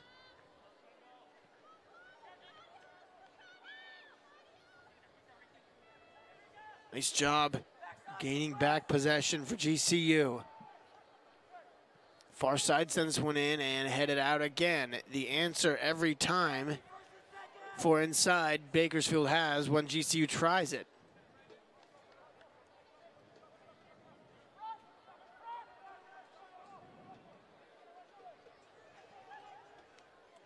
Throw in here. Keeping that ball moving.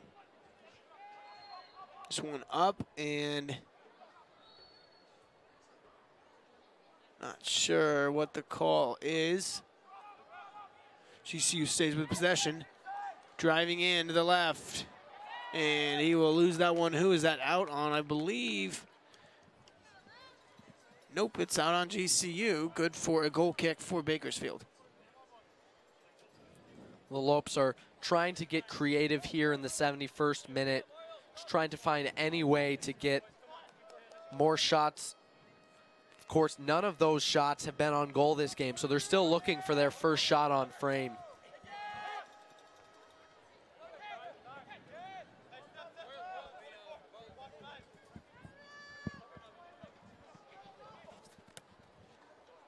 Ooh, run right down here.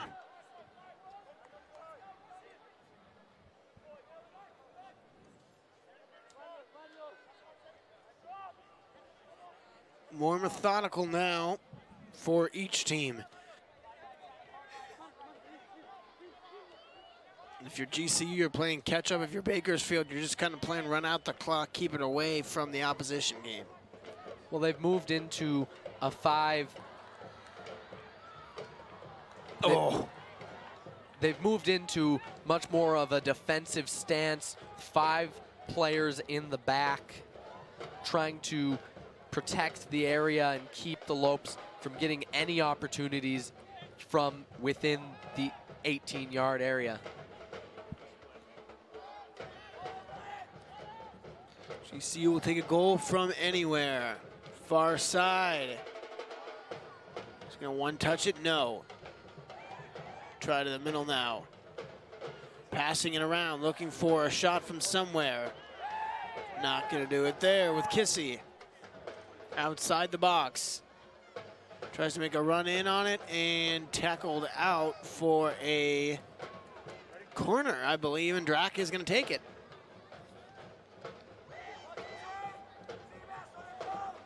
Well, we haven't seen the magic of Josh Drack yet.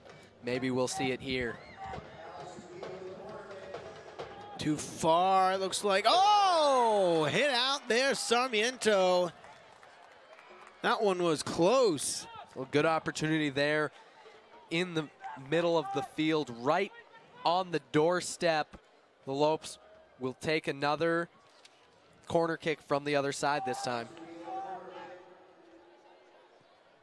Fonso trying for a man, cannot find it.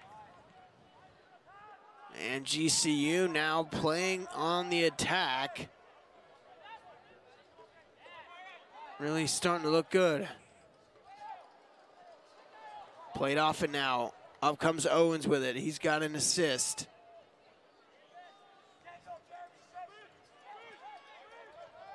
Minute 74.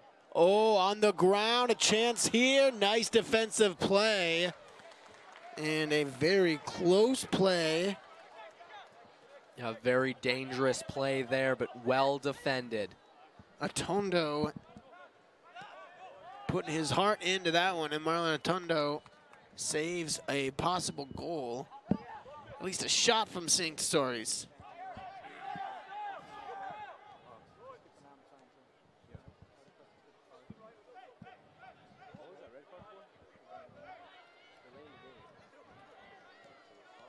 Far side. Bakersfield working on the ball.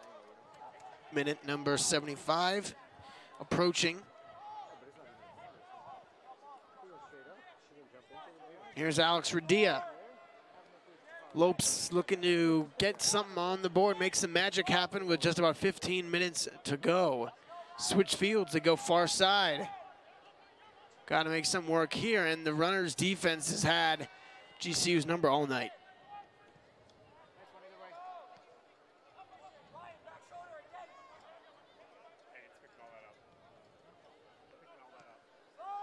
Radia gets it over now to Tonto. Tonto weaves left, passes it out. That cross, not even close. Well, we'll take another look here at our Sanderson Ford 3 keys of the game. The Lopes kind of being shocked here by the runners. We said that they would need to weather the storm. The runners very strong on the possession. Surprisingly, the Lopes have had most of the possession here today. They've only registered 1 shot on goal, though. The runners able to get those 3 shots on goal, 2 of which finding the back of the net. Of course, the foul trouble, we've talked quite a bit about how difficult these teams play, how physical and how strong they go after every ball. The referee doing a good job adjusting to that and keeping this game flowing. Canales number 5, Alexis Canales in the game as a tackle. The foul, but not a card for Afonso. I think he's gonna get a free kick. Yep.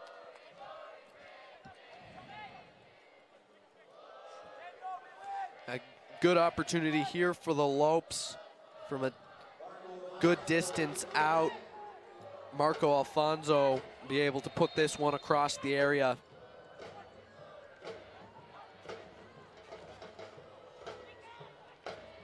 Clears it out, sees it go up. Nice tackle to keep that one in the offensive half. Alfonso trying to work some. It seems like right now there's more purple than white. They are relentless. Canales dribbles to the right. Will he take a shot? No, too far. Nice pass on it. Can we get across? Goes left, doesn't get it, and that shot. No really eyes on that one. Well, this is the second WAC game for both of these teams. GCU 1-0 in their season so far. The Roadrunners still looking for their first win, looking to get that tonight. There's another match in progress here tonight for the WAC. In about the 74th minute, California Baptist Lancers and the UNLV Rebels are both in action. We'll see California Baptist here on Sunday. There's a 6 o'clock start right here on GCU TV. That match is 1-0 UNLV Rebels. We'll keep an eye on that one as it, similar to ours, heads into those final minutes. Yeah, that's a team I'm excited to see. Cal Baptist, new to the WAC, of course, moving up and finally in D1. So a lot of excitement there on campus for Cal Baptist. They were a very strong team last year. 17 wins, 1 loss, and 2 ties. So it'll be very exciting to see as the Lancers come in here to GCU Stadium and play this GCU side.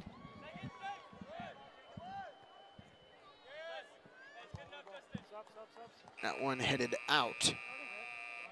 79th minute, just about 10 to go. 7 is Bennett Leaner. Number 9 is Jaime Delore. And Jaime Delore, of course, with that bicycle kick on a messed up clearance. has been able to find ways to score here for GCU.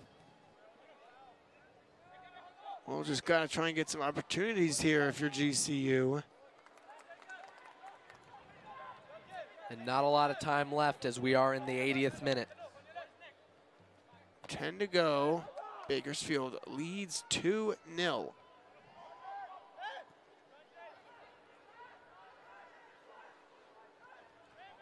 Uh-oh. Some misplay, and he grabs it. Wow, that one was extremely close. Soris almost let in a free one. Well, very lucky there. A poor touch by the Roadrunners. Soris able to catch it, diving to his left. Wow, I mean, whew. It seemed like Gardner would have been there to stop it anyway, but well, that was an ill-advised pass, regardless of how you look at it.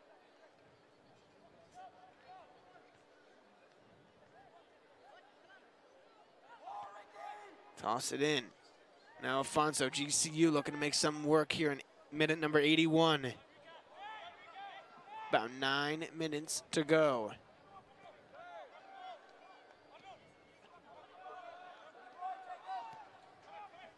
Sends it back towards midfield.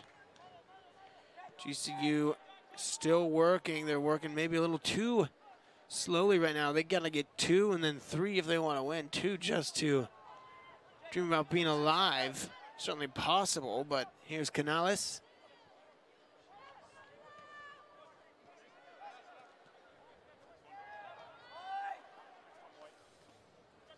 Andreu. There it is, a run for him. And Marius Andreu couldn't make anything come of it. 82nd minute. Well, the Lopes are perhaps trying to be a little bit too pretty here with their plays. So that one goes in and is smothered.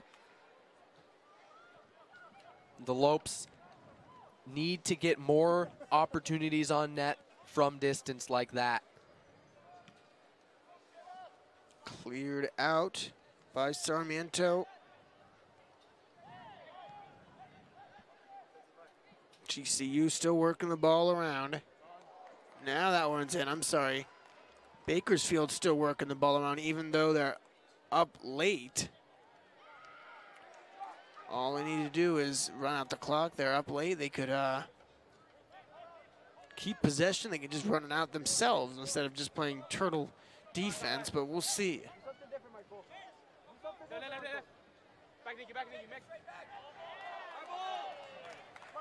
Alfonso, yeah. Strong defense there.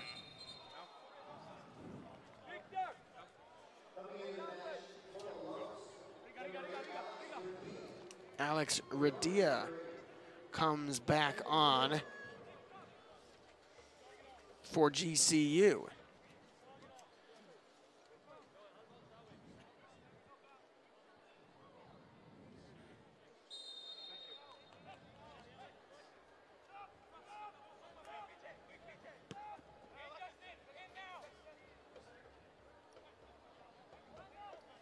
Lopes work it in the middle of the field, working it up now. Radia just got to make something happen. Only one shot on net. Offensively, you got to give something to hang your hat on. Sent in, headed no. Keeps possession, sends it back out. Minute 84 now.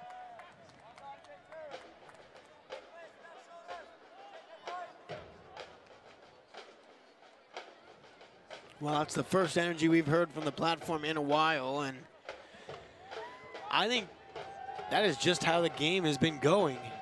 It has really been dominated by Bakersfield.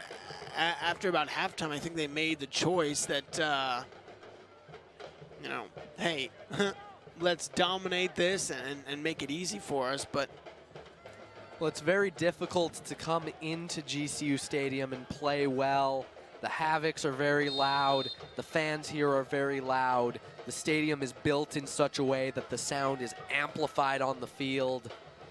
So it's always impressive to see teams that can come in, score early, and take that energy out. The Lopes, unfortunately, have had troubles here trying to respond to that.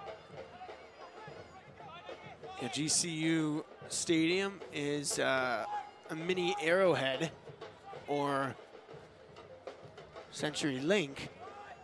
Certainly is always loud, louder than you expect once you're in it. Taking out the ball.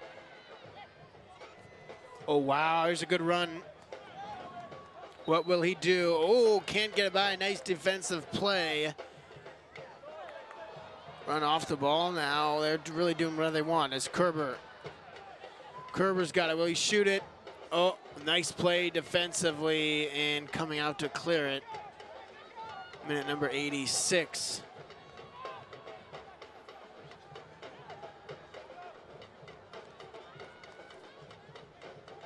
Well, and as we head into the 86th minute here.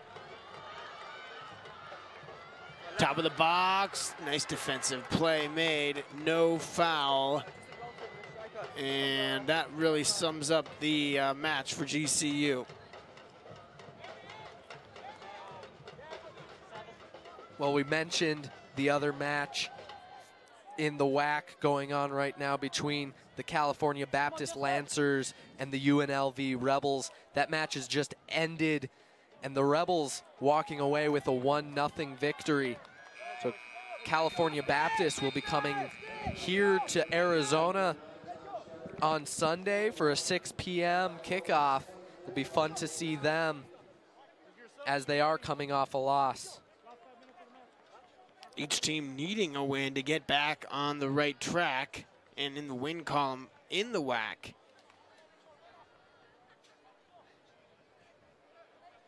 Time stops here in the 86th.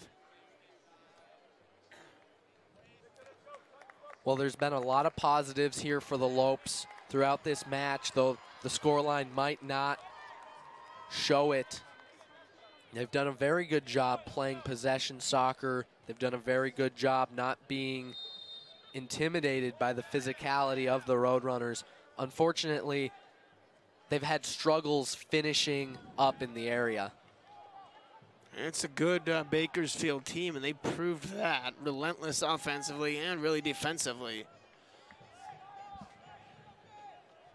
In the corner as they're just going to try and play all the time out that they can. Oh, that's smart play there by the Roadrunners. Get the ball in an area where it threatens your net the least and keep it there as long as you can.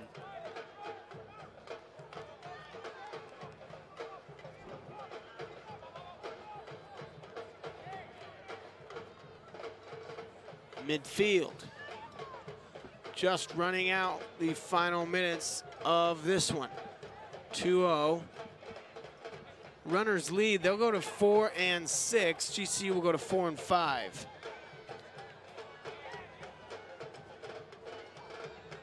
Moves it in here. Radia trying to make something happen. No, knocked off the ball. Goes back down, and I don't think he'll see anything. At least let's hope for the sake of the game. So we are going into the 88th minute. Quick restart here. Corner top of the box, driving in. Not quite. Sarmiento got to it. They were able to beat the defenders. They were able to beat Sarmiento. Unfortunately, just unable to get a foot on it after it ran out. Looks like Sarmiento is down on the floor and is hurting. Just about 2.5 minutes to go. That's not what you want to see, obviously.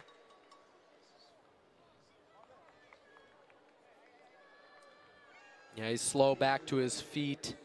And then, yeah, we're going to move Tesorius up for an extra body, I believe.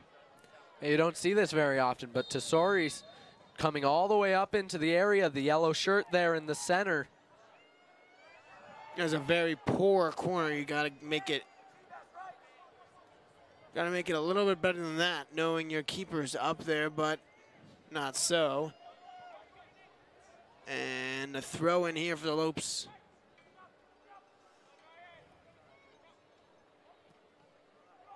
And Sarmiento grabs that one. So a couple of threatening chances, nothing doing.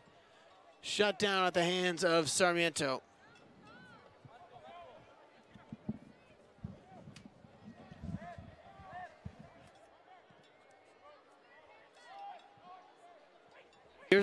There's a run, and nice job clearing that one out by Tesori's. Good thing he saw that, because that would have been dead to rights goal.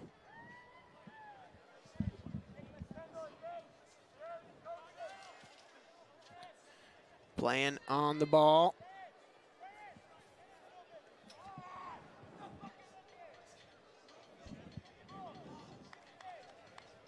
Back into the corner. Bakersfield still maybe wanting more. 1.5 minutes to go. Sends this one in. Sarmiento plays that one with his head. And he will pick it up as if to play. Well, very wisely, he's going to take as much time as the referee will allow him to before he distributes it. Which we know now is not a ton of time. Well, 90th minute of play here. The Lopes having difficulty in their own third. Yeah, this game was really won right when Bakersfield started playing their tempo in the second half. GCU, not much of so to speak. Well, GCU with some of the quality opportunities this match, unfortunately, just unable to finish on any of them. We saw a good opportunity from Murdia. We saw a good opportunity from Drac. We saw a couple good opportunities from Kissy. So all three of those guys are going to have to find a way to improve during this week's practice and come out even better on Sunday. Well, that's going to be it. Well, very unlucky there for the Lopes. They'll fall to 1-1 in WAC play, and the Roadrunners will rise to 1-1 on WAC play.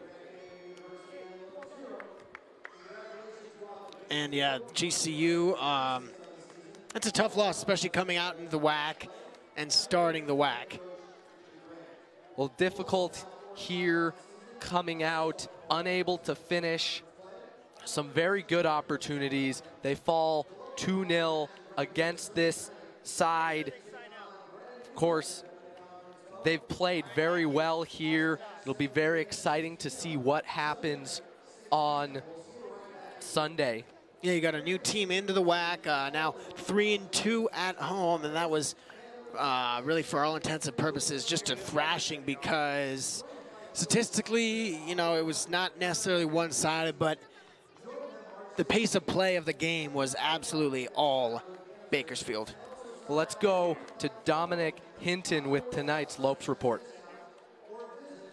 Hello, GCU fans, and welcome to this edition of Lopes Report. My name is Dominic Hinton, and I'm here to catch you up on everything going on in the sports world for Grand Canyon University. The women's volleyball team opened up WAC play Thursday night with a 4-set loss to Kansas City at the GCU Arena. The young nerds of the Lopes had them playing out of holes and missing key turning points. The Lopes will return to GCU to play Utah Valley on October 6th. In men's soccer news, Grand Canyon sophomore forward Josh Strack scored the match's lone goal as the Lopes opened WAC play with a 1-0 victory over Incarnate Word on Sunday night. The Lopes, now 4-4, are unbeaten in 4 consecutive conference openers. The women's soccer team traveled to Hawaii over the weekend. However, the GCU offense struggled to ignite, falling 4-0 to the Rainbow Warriors. The Lopes look to bounce back as they travel to Seattle U to open up the WAC conference play on Sunday, September 30th. Don't forget to tune in live this Sunday and as men's soccer takes on Houston Baptist at GCU Stadium. Catch that game and all Lopes home games right here on GCU TV. That's it for your Lopes Report. Back to you guys.